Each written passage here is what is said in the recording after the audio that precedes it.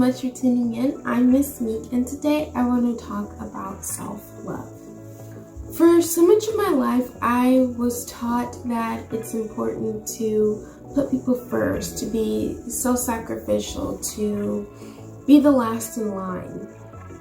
Those things aren't bad in and of itself, but too much of anything is imbalanced.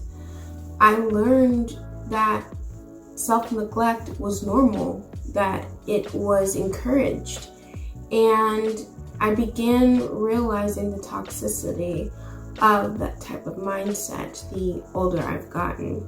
This led to low self-esteem, to not believing in myself and not feeling motivated to try new things out of fear and out of insecurity, because I shouldn't be doing something for myself. It's selfish to think of yourself every now and then, or to make time for yourself. At least that's what I was taught and told. And I don't think that it was with ill intent or intentionality, but it did have an impact on my view and how I saw myself.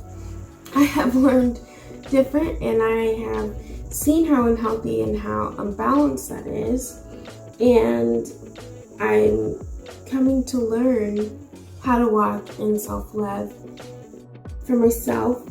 Since I've moved out and have had the opportunity to implement my viewpoints on self-love and self-care, that the best givers must also be able to receive and accept blessings as well, and good fortune that comes their way. You can't keep pouring out of an empty cup. You have to be filled up in order to give to other people.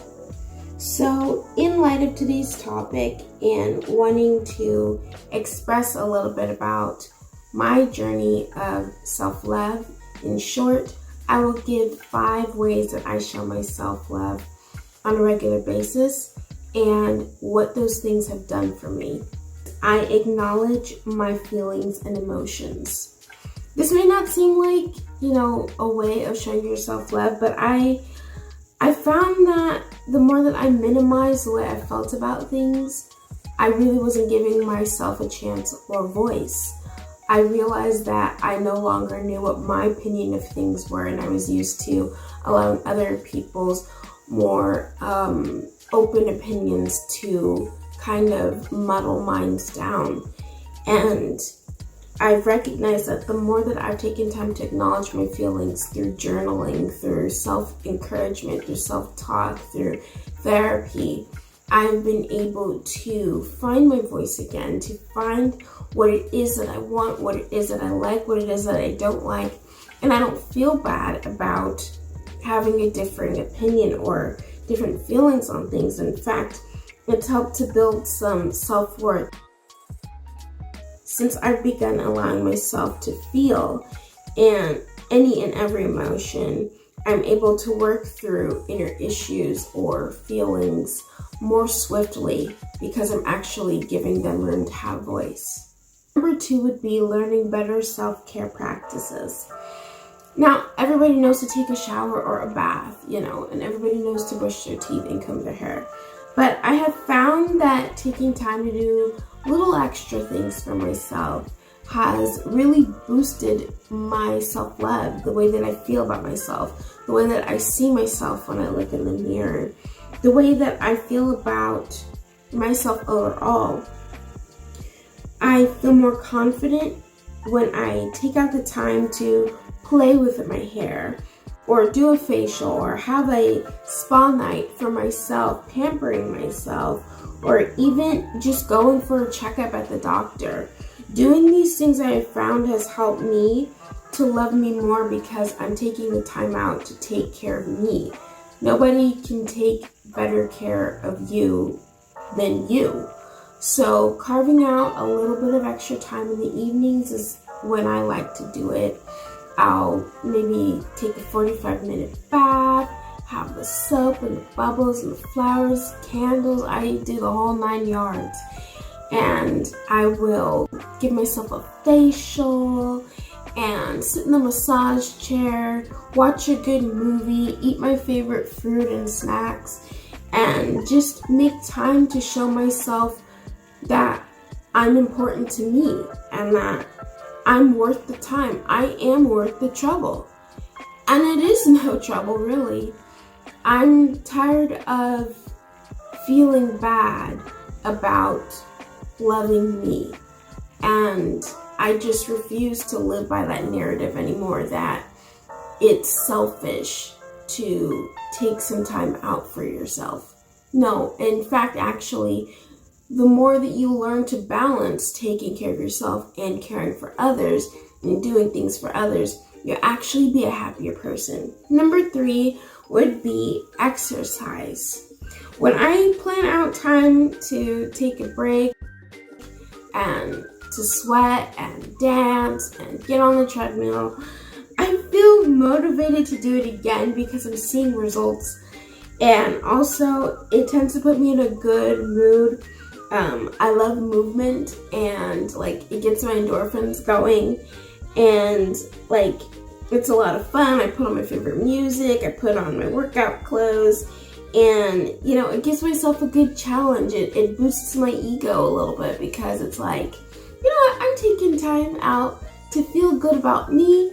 And you know, it's not about anybody else. It's not about what anybody else thinks about me. It's about how I think about me. And if I'm feeling down about myself, then heck, why not go and do something about it? If I feel like my hair is a mess, let's go do it. Let's go do something with it. Figure out something. We all have brains. We can all learn a healthy way to love ourselves. If we're not liking our skin, hey, go to the store and buy something for your skin. Try it out, you know? Basic things. I don't, put on a full face of makeup. But sometimes, you know what? It feels really good to go and play with some eyeshadow. I feel good about myself, you know? Same way with exercising, like getting in there, going for a nice little jog or a walk around the neighborhood. Just makes me feel good because it's like I'm doing something for me. I'm doing something about me. It's not for anybody else. I'm doing it because I want my body, my spirit, and my soul to know, hey, I love you, so I'm carving out a little bit of time just to show you that. You've been doing all this stuff for other people. Let me just take a moment to acknowledge you. Number 4 would be to find a happy place. It's important to find or create a space that is where you go to recharge or refill yourself with happiness from that atmosphere. For me, one place is my room. Like, growing up, I never had my very own room. And since having had one, like, it's a huge, like boost for me. Like, it's my own domain. I have my little music. I have my little pretty things that make me happy. I have my artwork that's encouraging. Like one over there, it says, give yourself time to grow. Or, may all your weeds be wildflowers. You're my cup of tea. Those little quotes just set me afire. Like, these little bubbles of joy, like, fill up my heart. And, people think that those things are just, they don't matter, but they do. The words and the art and the things you put in your atmosphere, they matter. They lift you up or they bring you down. So I like to fill my space with light, bouncy colors that make me feel happy, that make me feel alive. Opening my window makes me feel so refreshed. Like, I'm seeing living things. I'm seeing birds in the sky. I'm seeing the beautiful white clouds and the blue behind it as a dramatic background. Like, those type of things just make me feel like at peace again.